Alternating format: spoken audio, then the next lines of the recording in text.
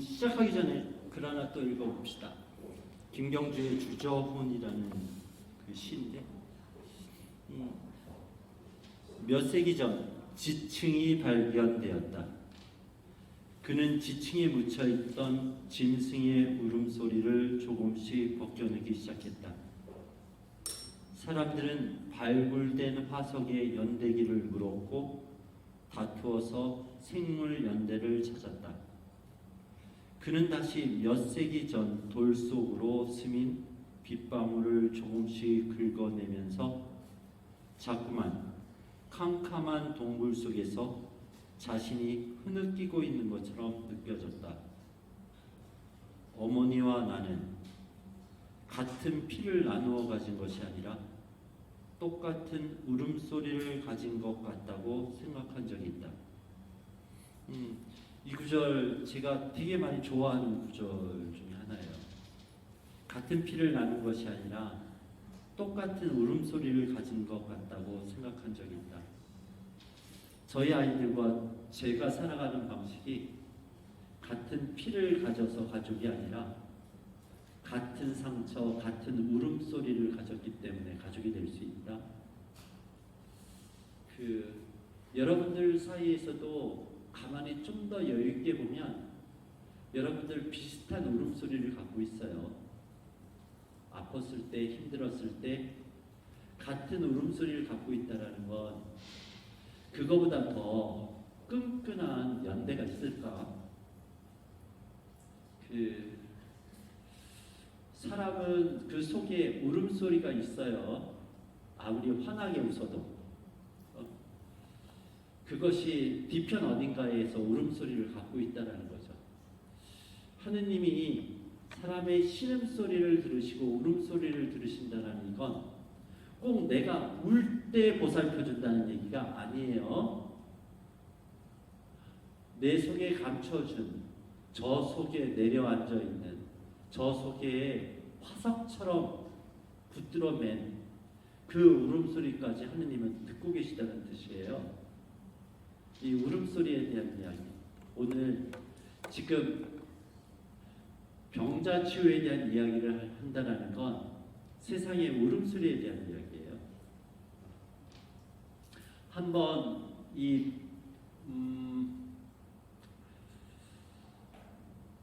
그 악령 추방 얘기가 세상의 벽을 만난 이야기라면 이 병자치유 이야기는 예수님이 세상을 걸어가면서 만난 슬픔의 이야기예요. 이 사람들 병자치유에 담겨있는 하나의 슬픔을, 그 소리를 들을 수 있으면 이 복음의 이미지를 여러분들이 찾아갈 수 있을 겁니다. 한번 일단은 여러분들은 이렇게 생각하죠. 예수님께서 모든 병을 다 고쳐주실 것이다. 의외로 성경을 여러분들이 추쳐서 하나 들어보면요, 고친 병이 몇 가지 종류가 안 돼요. 네. 그거에 해당할 때 기도하세요. 봅시다. 여러분들이 기억하는 성서에 나온 병들을 한번 볼까요? 한번 불러보시겠어요? 여기 혹시 의사분들 계세요? 네? 의사나 간호사분들. 네. 보통 이렇게 하죠. 병을 구분할 때는 내과, 외과 구분하죠. 네. 그런데 왜 성서 읽을 때 내과, 외과를 구분 안 하는지 모르겠어요. 구분해서 봅니다. 내과, 외과. 병이 생기면 가야 될 때입니다. 뭐라고요? 맨 처음에 얘기한 게? 열병. 열병은 내과요, 외과예요? 내과, 열병.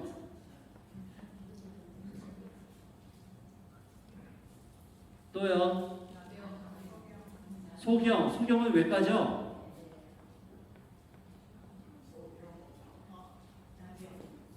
나병. 나병 외과 맞죠? 내과예요?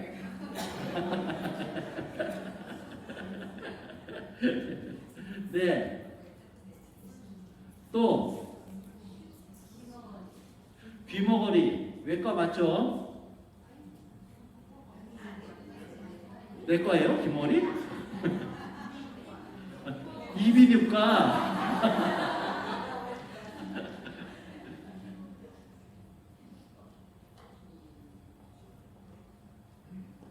또요. 네? 중풍. 중풍 내과 맞죠? 네.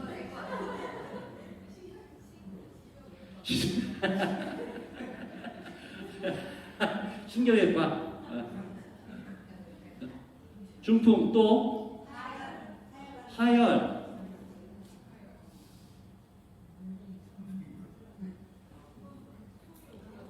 또 있어요?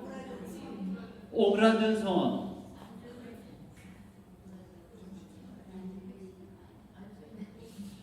안질뱅이를 일으키시는 얘기는 요한복음에서만 나옵니다. 마르코는 없어요. 이제 조금 시간이 지나면서 병명도 추가되는 경우가 있어요. 그래서 좀 여기까지만 봅시다. 또 여기서 정신병? 정신병은 발작 간질? 그 간질병이 있잖아요. 마르코문서에서는 아까 그 말 못하는 아이 악령으로 나와요. 병이 아니라 악령으로 나와요. 네. 요 정도 볼까요? 이게 지금 나와 있는 것이 마르코복음서에 한정하면 이게 다예요. 이게 다라고요. 생각보다 많지 않아요. 그런데 여기가 예수님이 고친 병이 요거라는 거죠. 요거예요. 다른 건 없어요. 예?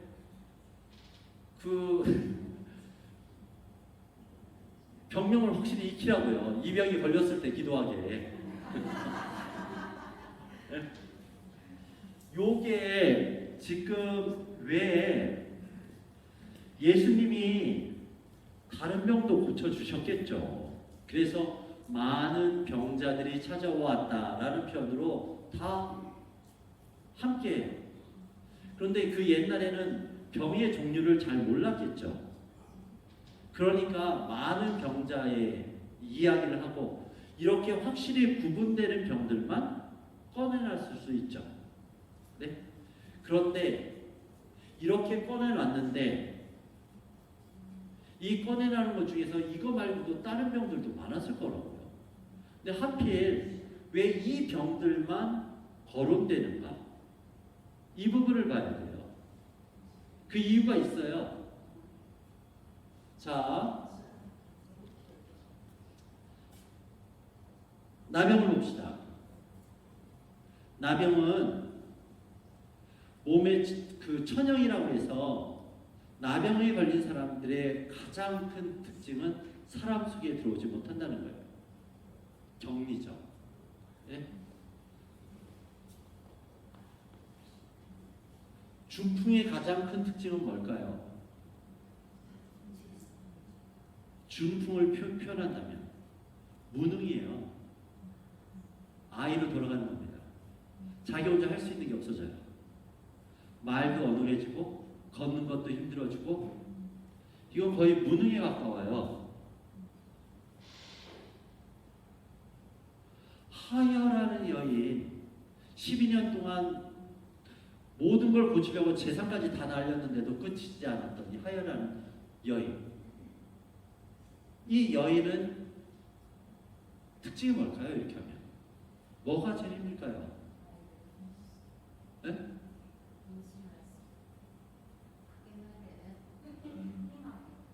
잘 안 들려서 임신할 수 없다.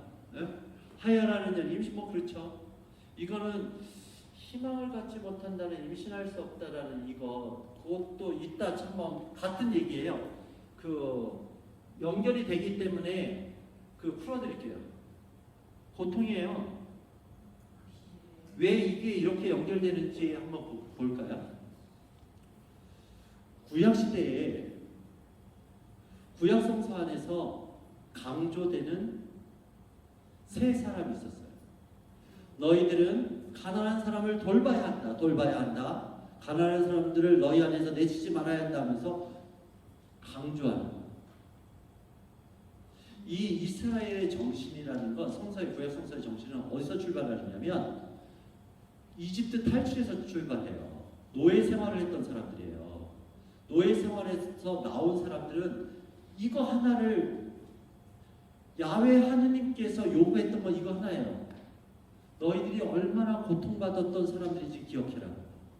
그래서 적어도 너희들 사이에서는 고통받는 사람이 없게 해라.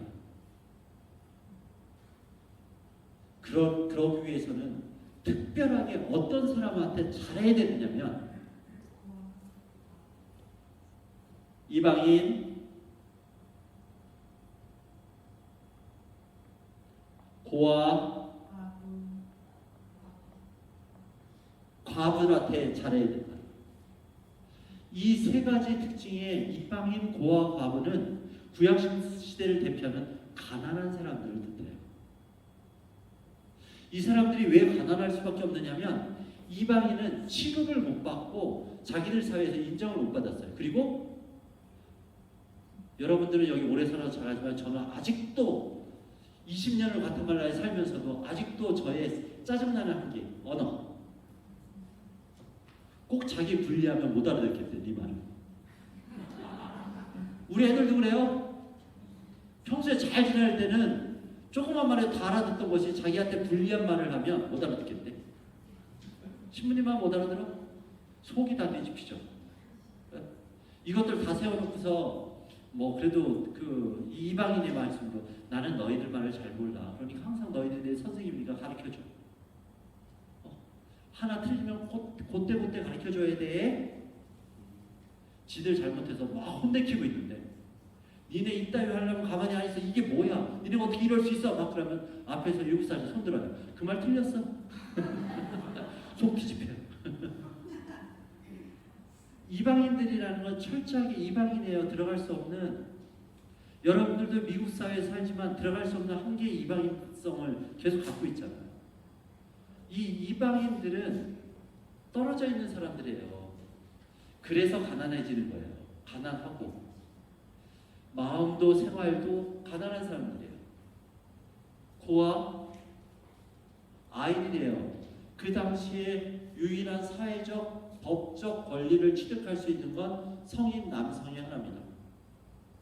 그런데 성인 남성이 데리고 있는 자기 자식들은 그들의 권리를 성인 남성이 대신 다 말할 수 있어요. 고아라는 것은 자기를 돌볼 사람도 없지만 자기 주장도 자기가 필요한 것도 말해도 아무도 듣지 않는 처지에 빠져 있는 사람이에요. 이 고아는 그 삶이 끝내 성인이 되면서 노예로 빠질 수밖에 없는 이 고아들이에요. 이 고아들을 돌보라는 얘기예요. 과부, 여성이 왜 구약성서에서 이혼하지 말라고 예수님도 이혼하지 금지시킨다는 건 뭐냐면 뭐 굳이 뭐 남녀 지금 같은 문제가 아니에요. 지금 같으면 남자가 때리면 이혼해야지 뭘 같이 살아요. 뭘 맞고 살아요. 맞으려고 그러셨어요. 이거는 뭐냐면 여성 보호를 위해서 그런 거예요. 당시에 모든 권리는 남성한테만 있는 사회에서 함부로 남자가 여자를 버리면 그 여자는 살 길이 없어요. 이 과부에 대한 이야기는 법적, 사회적 권리를 아무것도 취득할 수 없는 누구나 함부로 대하고 함부로 해도 되는 사람으로 전락하는 거예요. 너희들 안에서는 적어도 고통받는 사람이 없게 해라. 너희들 스스로 너희들 안에서는 적어도 범죄나 이런 걸로 들어가는 게 아니라 정상적으로 멀쩡히 살아가는 사람들을 그들이 멀쩡히 살아가면서 고통받는 일을 없게 해라. 구약성서의 정신이에요. 연관돼 보이죠? 나병이 걸리면 이방인이 되는 거예요. 누구한테 취급받지 못하고 사람 속에 들어갈 수 없는 이방인으로 살아가야 돼요. 중풍에 걸린다는 건 무능이에요. 고아가 되는 길이에요. 자기 혼자 할 수 있는 게 아무것도 없어요. 하여라는 사람은 더 구체적이죠. 하여라는 여인이 과부예요. 그거 보세요. 12년 동안 제사를 탕진하고 나와가지고 하여라는 여인이 그 많은 사람들 틈에서 비집고 나와서 예수님의 옷깃을 잡아요. 거기서 이런 의문 안 들어요? 남자는 어디 있는 거야? 남자가 길을 터야지. 남자는 보이지도 않아요. 과부란 얘기예요, 이거. 자신의 재산마저 다 탕진한, 누구도 자기 편에서 자기 주장을 해줄 수 없는, 자기 권리를 이야기할 수 없는, 예수님이 누가 내 옷깃을 만졌느냐라고 했을 때 일반적인 이스라엘 사회라면 남자가 나서서 죄송합니다 예수님, 제 아내가 이랬습니다. 이게 정상적인 수순이에요. 그의 말을 대신해 줄 수 있는 남성이 없었다는 건 과부라는 거예요. 과부니까 절대 임신은 불가능하죠.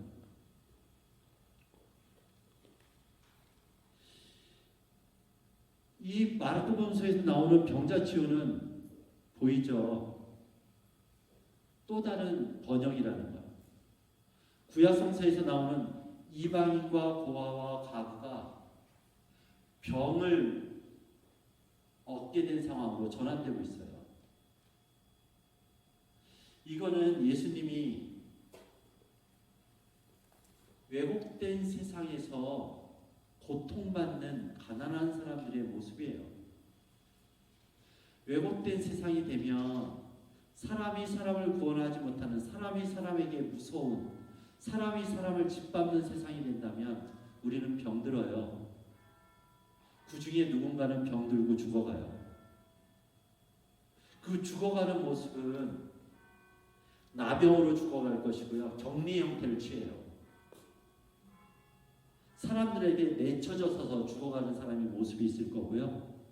사람들에게 아무것도 할 수 없는 무능에 처해서 직장을 잃고 할 수 있는 것이 없는 그 무능에 처해서 죽어가요.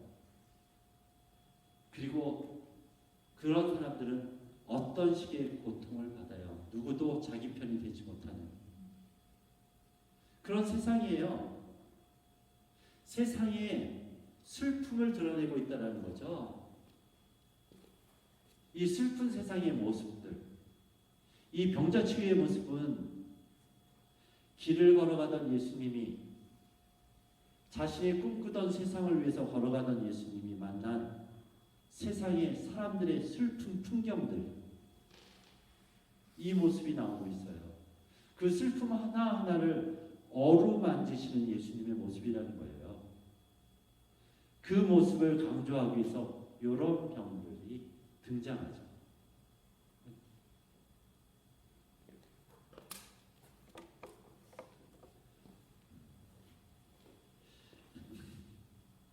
열병은 누가 받아요? 아니, 그 시몬 장모 말고요. 여러분들이 언제 받느냐고요. 이건 더 선명하지 않아요? 에? 우리가 열병이 올렸을 때는 이거는 정말 그 학대받았을 때 아니에요? 자기 스스로 풀어내지 못했을 때. 이게 시몬의 장모라는 위치도 너무 재밌잖아요. 엄마예요. 엄마가 열병이 얼렸을 때는 어디서 와요? 자식한테, 자식 때문에 아픈 자식이 무슨 나한테 스트레스 주잖아요. 열병이 안 생겨요? 아프지. 몸이 고장나요. 열이 오르면 남편이에요. 열은 남편 때문에 오르지 절대 자식 때문에 안 올라요. 자식 무슨 일이 생기면 쓰러져요, 엄마. 이 열병은 스트레스예요, 체제 안에서. 하여튼 슬픈 풍경이에요. 이 병들을 보면 지금이나 예나 가진 게 아무리 많아도요, 병에 걸리면 다 가난해져요.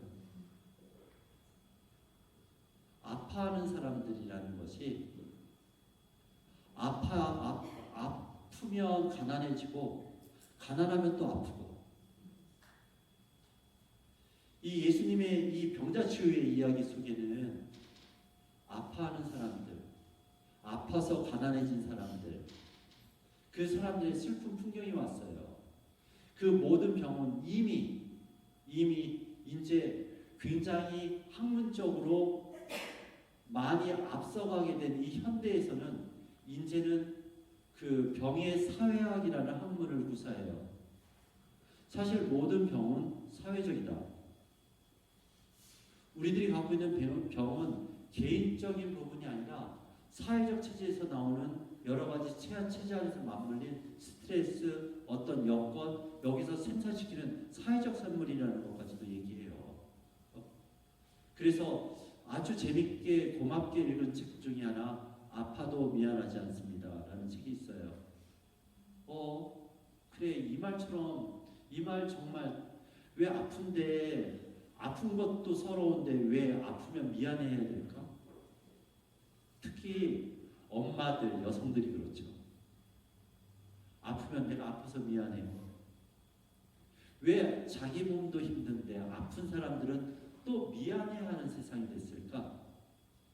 그리고 아파도 그 사람들이, 그 책은 암투병 그 병동을 본인 저자가 암을 투병하는 이야기인데, 그 안에서 여성병인 거죠. 여성 차라리 그래요. 그래도 숨긴대요. 유방암 뭐 이런 식으로 여자 경과 이런 것들을 숨긴대요. 창피해서. 다른 자기 이왕 걸릴 거 다른 멋있는 암을 걸렸으면 좋겠다고 해요. 사람들한테 말하기 좋고. 왜 이래야 되지? 우리는 이 병자 치유 안에서 여러분들이 만날 건 세상의 슬픔이에요. 세상에 여전히 고통받는 누군가의 모습들, 이것을 이미지로 떠올려야 돼요.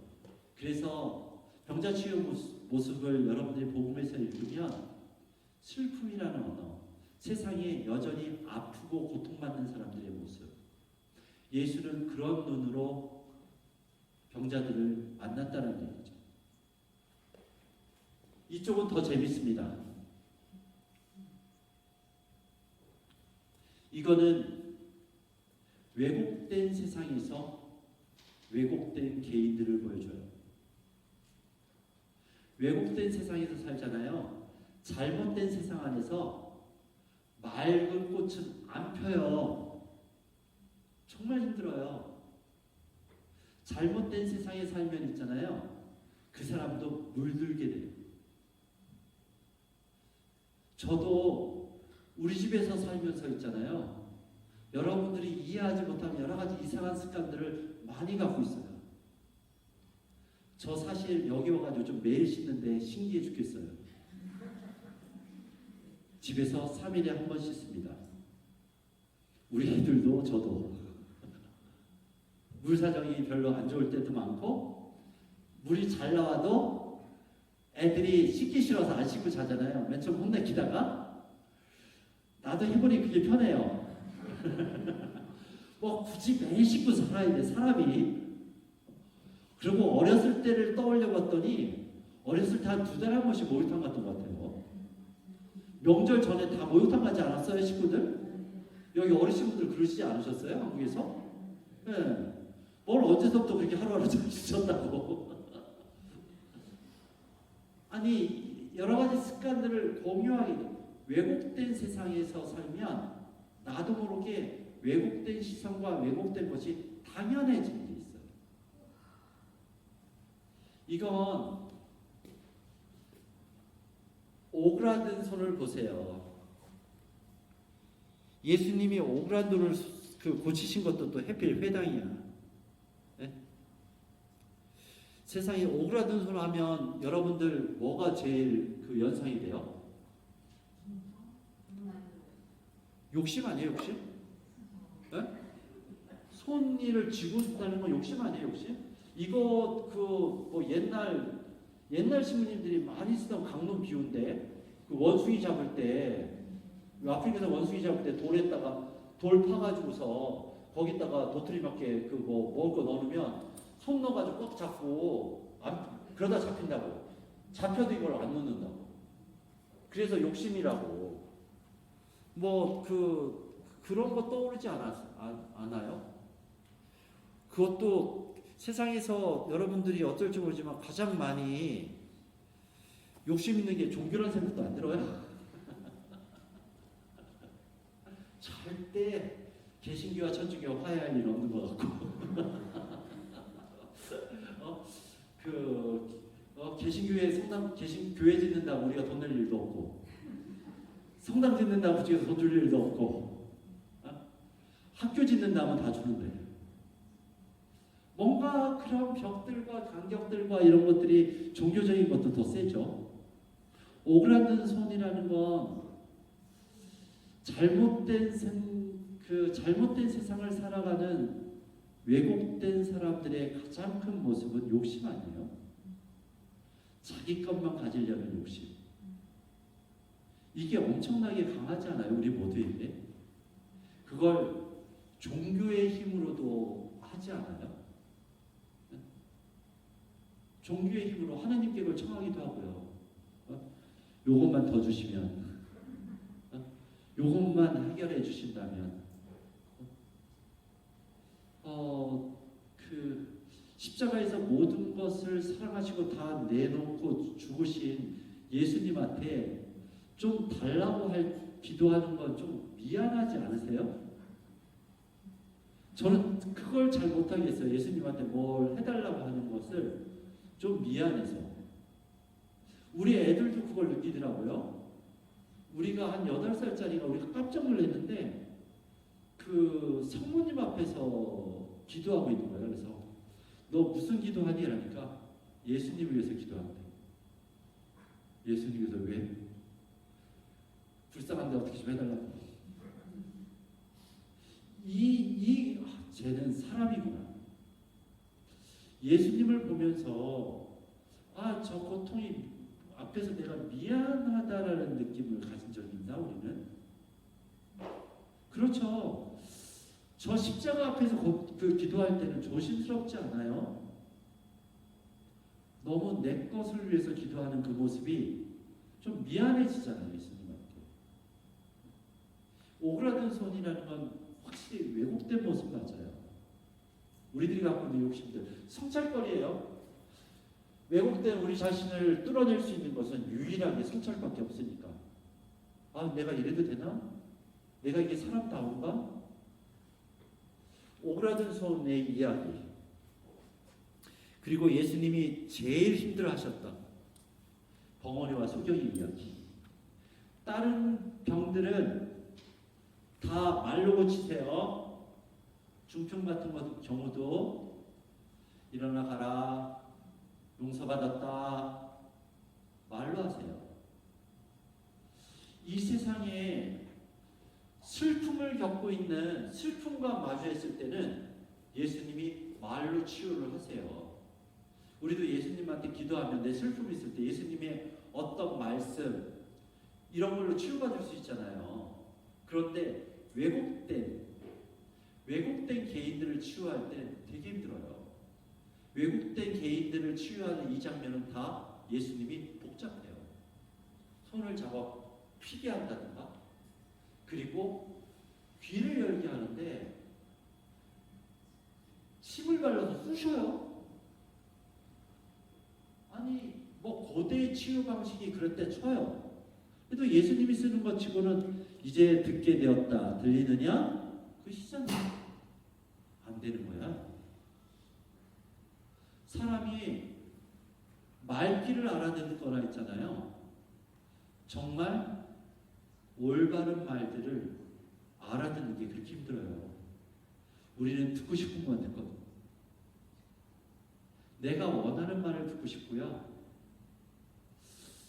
저한테 얘기하면 어떤 분이 저하고 이렇게 하면 제가 기억해요. 이렇게 여럿을 잠깐 와서 만나고 와서 그 이름을 기억 못해요, 제가.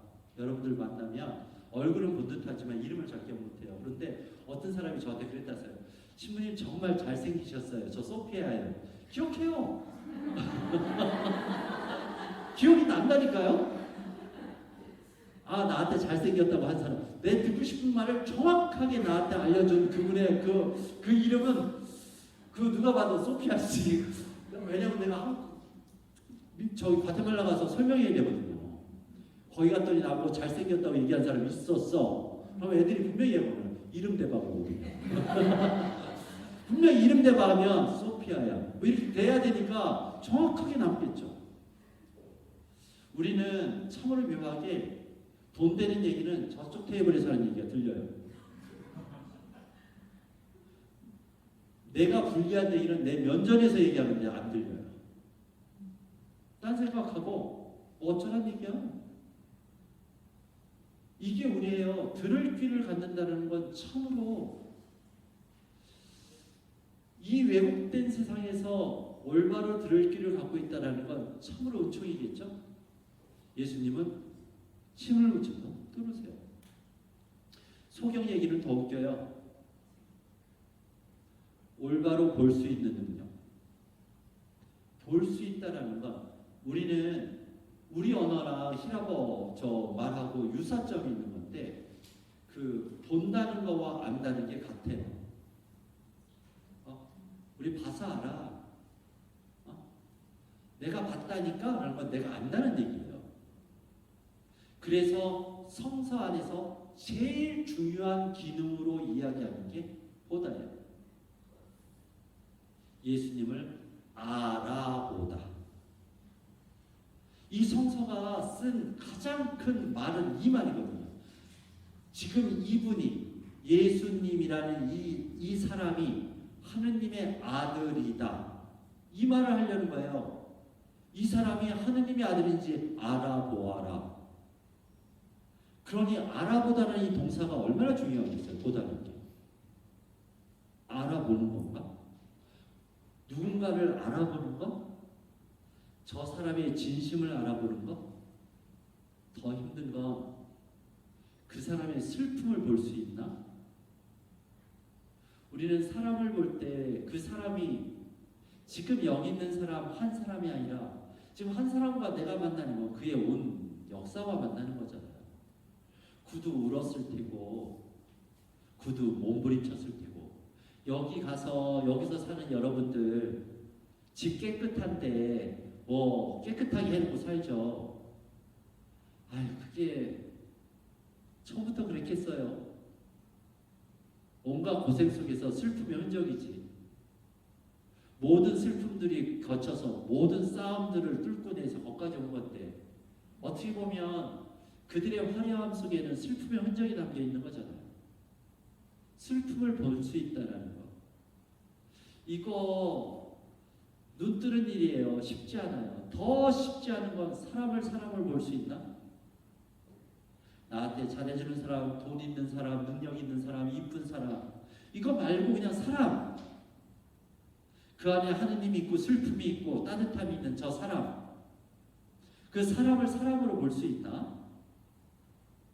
사람을 사람으로 볼 수 있으면 환불할 수 없는데 우리는 이렇게 구분하죠. 사람을 보지 않고 미국 사람? 백인? 흑인?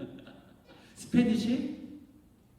이거는 이 말 속에서 우리는 사람으로 보려고 노력하지 않는 거예요. 스페니시는 스페니시로 대우해야 된다? 백인은 백인으로 대우해야 된다? 이게 저번에 깔려있는 거죠. 우리들 안에 묘한 이 구분성 우리는 알아보는 걸까? 사람을 알아보는 걸까? 이게 얼마나 어려우냐면 소경치유는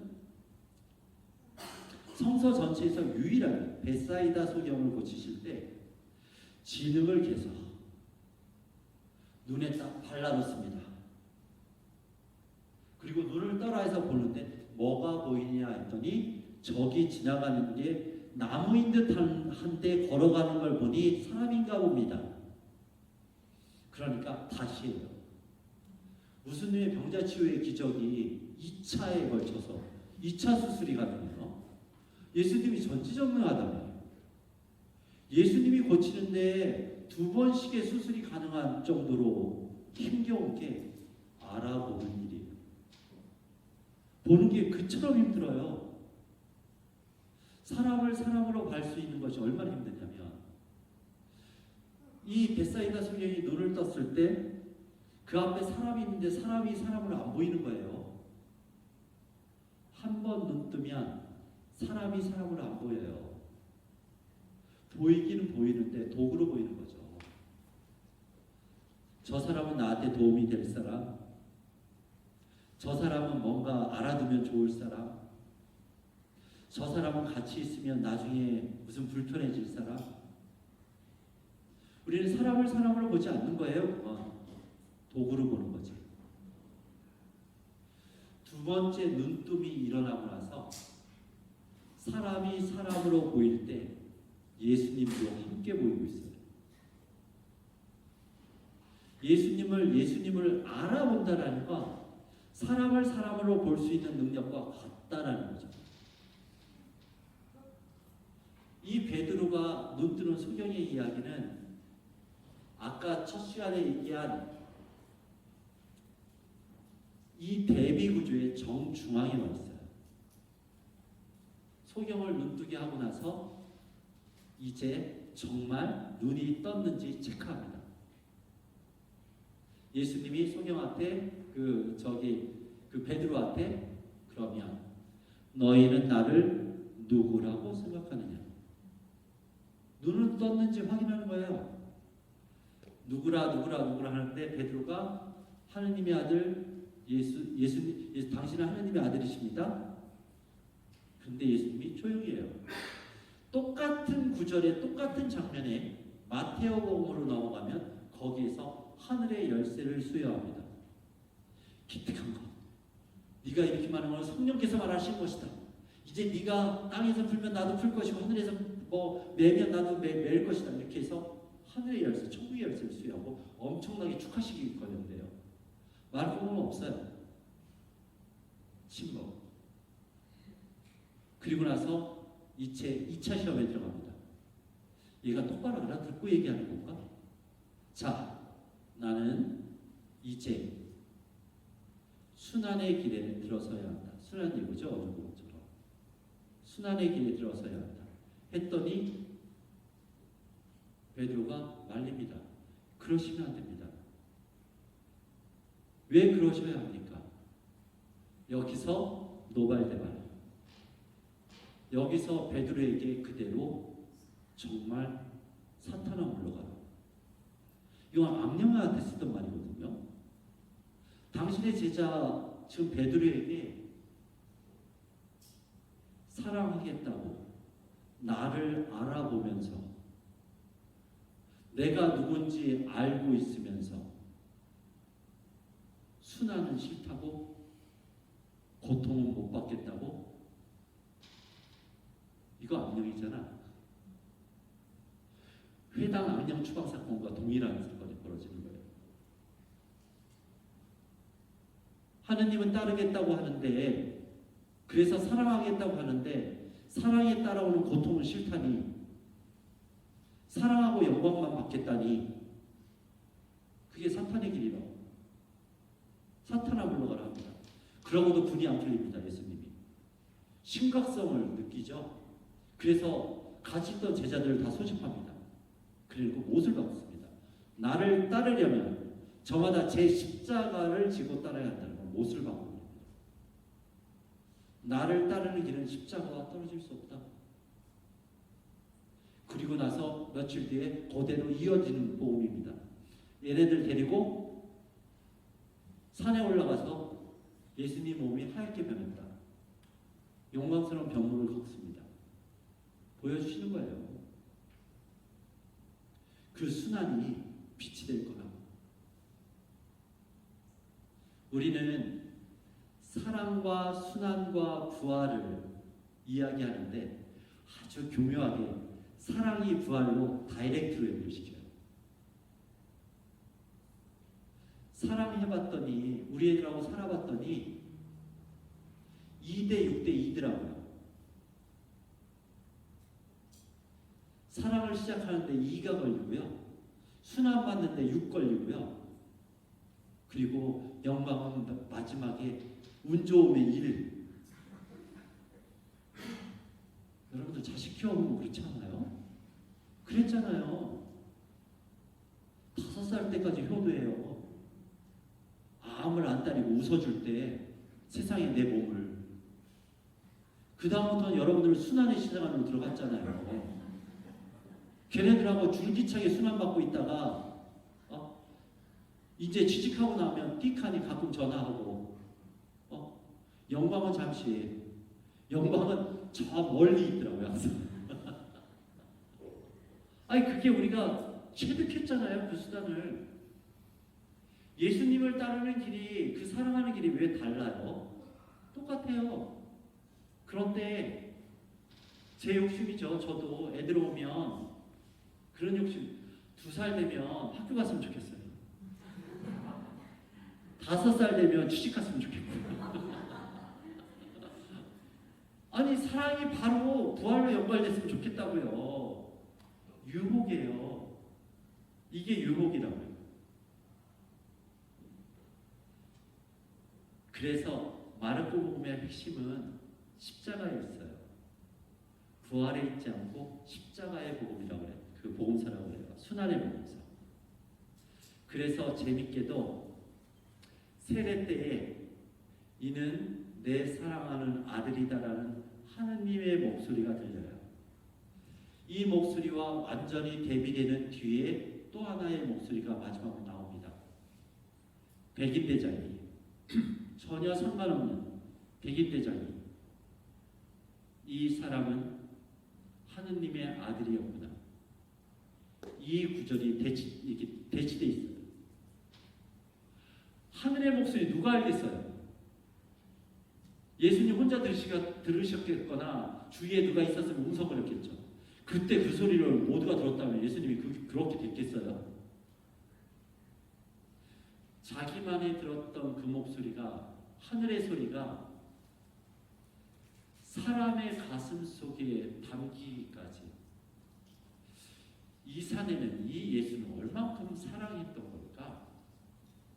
얼만큼 수련받았던 걸까?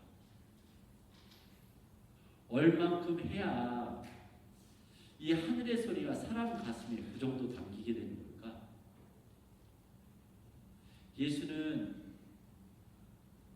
예수가 만든, 지금 병자 치유에 대한 이야기를 했죠. 예수가 우리에게 보여준 가장 큰 기적은 십자가예요. 조금도 손해보지를 못하는 세상 안에서, 자기 것은 다 챙겨야 되는 세상에서 어떻게 한 인간이 온 삶을, 목숨까지 온전히 사랑한다고 내어놓을 수 있었을까? 그런 십자가가 정말 존재할까? 그런 십자가의 길이 정말 있다면 그게 이 성경 안에서 만날 수 있는 가장 큰 기적이에요. 십자가의 이야기, 마르코복음서의 가장 중요한 부분입니다.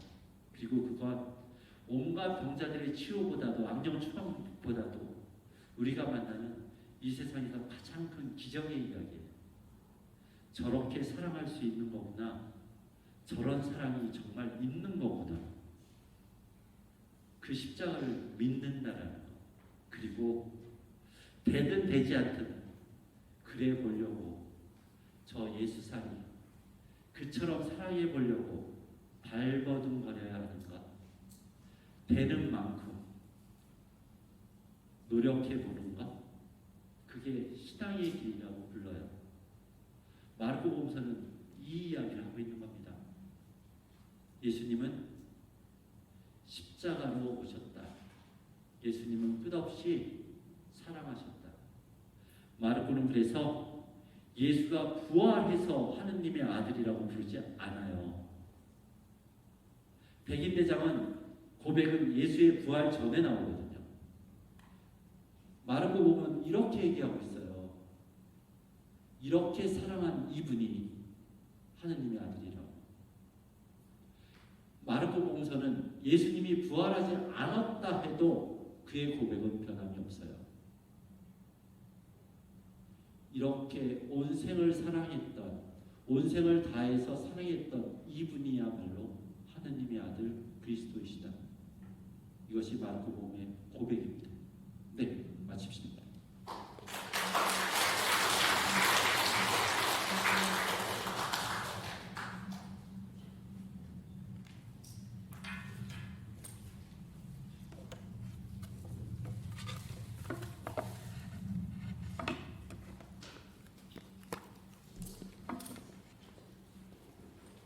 예, 오늘 홍승희 가브레 시모님 비전 강의 잘 들으셨죠? 네.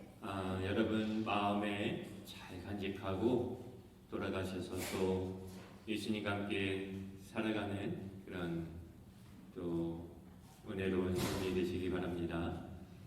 지금 나가셨네. 그래요. 우리 또 마침 기도를 같이 해야 되겠죠? 네. 그리고 나가시면서 저기 그 초콜릿하고 사탕 갖다 놨는데 하나씩. 네. 그래요. 다시 한번 시모님께 감사의 박수. 예, 고맙습니다. 네.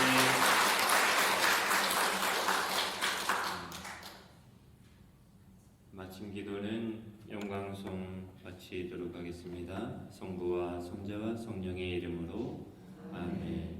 영광이 성부와 성자와 성령께 모두 일어서십시오. 주님께서 여러분과 함께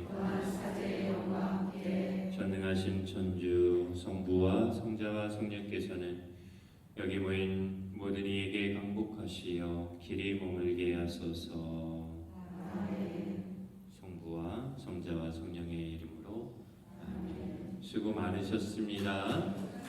참 저기 내일도 미사 때에 말씀을 드리겠지만 홍승희 시모님이 계신 그곳에 이제 법인으로 사회복지법인으로 되어 있어요. 그리고 거기에 사회복지 시설로 천사의 집이 있고 또 이제 그 복지센터가 있고 또 초등학교, 중학교, 고등학교가 있어요.